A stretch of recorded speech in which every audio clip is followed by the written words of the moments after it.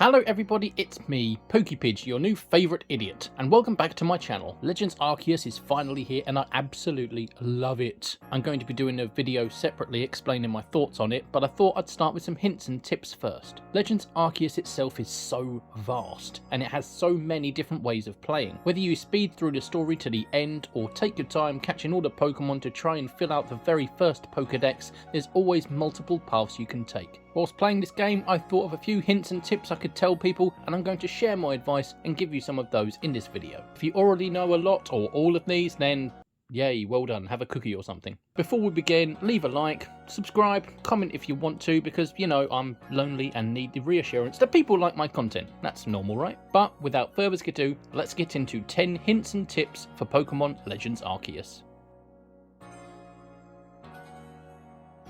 And number one, starting nice and simple, is the HUD. You can toggle this off in the options for some awesome screenshots or potential thumbnails if you're a content creator, or if you just want a nice picture.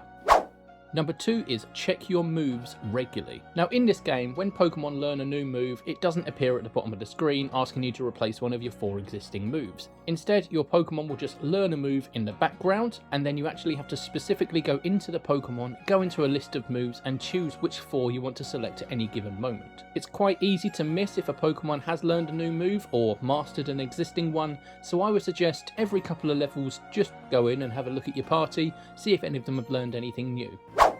Number 3 is to do with the shiny Pokemon sound. Now a lot of you watching this video will probably already know this, but when shiny Pokemon appear in the overworld, you will hear a sound. And number 4 is mainly for people who are trying to fill the Pokedex in a research task, but that is if you see a shaking tree, shaking ore, or a shaking box or treasure chest, then just interact with it. Open it. There are many Pokemon that have specific research tasks such as Geodude, which include seeing how many you can see pop out of ore. And if you want to completely perfect every Pokemon's Dex entry, then just interact with those shaking spots. Get those numbers up and get that Pokedex mastered. Number 5 is wait to evolve your starter. Sort of linked above, if you're trying to complete the Dex entries for every Pokemon and complete all the research tasks, then you might want to wait to evolve your starter. For example, your starters will have research tasks such as see them use specific move 25 times, and if you haven't done that and you evolve your starter, it's going to take a very long time for you to sort that out. After you've completed the main story, you can actually catch all of the starters in the space-time distortion zones. However, if you want to get those research tasks done ASAP, then don't evolve your starter immediately, get that page filled, and then evolve it. And I suppose that goes for every Pokemon.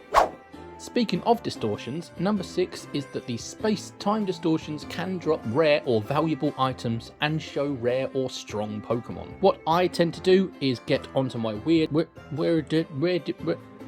I tend to do is get on the evolution of Stantler and pick up items. Just run around, pick up all the items I can, and if I see a Pokemon I want to catch, hopefully try and get it on its own. If not, I'm going to have to try and battle 3 Pokemon, maybe even 4 at once. If items aren't your thing and you just want to catch the rare Pokemon, for example evolutions, or as I said earlier, the starters, you can actually just engage in battle even if it is with 3 or 4 Pokemon and just start throwing balls. You don't have to whittle down your opponents to the last one and weaken them. Well, weakening helps, but you don't have to whittle the opponents down, you can just throw balls at whoever you want. Number 7 is keep all the Stardust you find. Again, this is linked to the space-time distortions, but keeping all the Stardust you find along your journey will help when you find shards within that time-space distortion. 3 red, 3 blue, and 3 green shards plus 1 Stardust can actually make you a star piece and sell for a lot of money. Keep those Stardusts piling up, don't just sell them for 1,000 because you can. Wait, it will be an investment and it will be damn well worth it. Number 8 is just utilise the farming. Jubilife Village has a farm to the west, and you can harvest crops of apricorns or even healing supplies there. There are research tasks which expand the fields from I think 1 to maximum of 4, which will obviously increase your yield and increase the amount of crops you can do. I tend just to go for the apricorn and the healing type crops, and the highest yield of apricorns I've got in one sitting is 77. So I highly recommend it if you want to go out there, catch Pokemon, and want as many Pokeballs as you can get. And number 9 is that mints do exist. These come from farming, and when you max out the size of the farm in Jubilife Village and you get all 4 fields, I suppose, or plots, you can farm for mints. It is that simple. They can change your nature in a flash. And this leads me on to number 10, use grit. Now, even though this game has natures, it doesn't actually have EVs or IVs. It has effort levels and they can all go up to 10. Unlike EVs, where you can only select a certain amount, you can maximise any and all effort levels up to 10. A quick summary is that Grit Dust is used to raise your effort level from 0 to maximum of 3, Grit Gravel from 3 to 6, Grit Pebble from 6 to 9, and the Grit Rock is only used to take it from 9 to the maximum of 10, and these can highly increase your stats. I am planning to do a more extensive video on this, however, if you are interested in raising your Pokemon stats in a run through, use the Grit. Try and find out yourself. If not, keep an eye on the channel, and that video will be coming.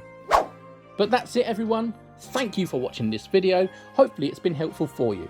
If you've watched this far and you're not subscribed, then obviously you've liked this video. Leave a like, comment down below anything I might have missed or anything you think I got wrong. Let me know how many things you knew or didn't know, that'd be nice. But for now, that's all from me, and I shall see you again soon. See you later. Thank you for watching this video. I do recommend the couple I've put on screen now. I've got the little subscribe circle, click it if you want.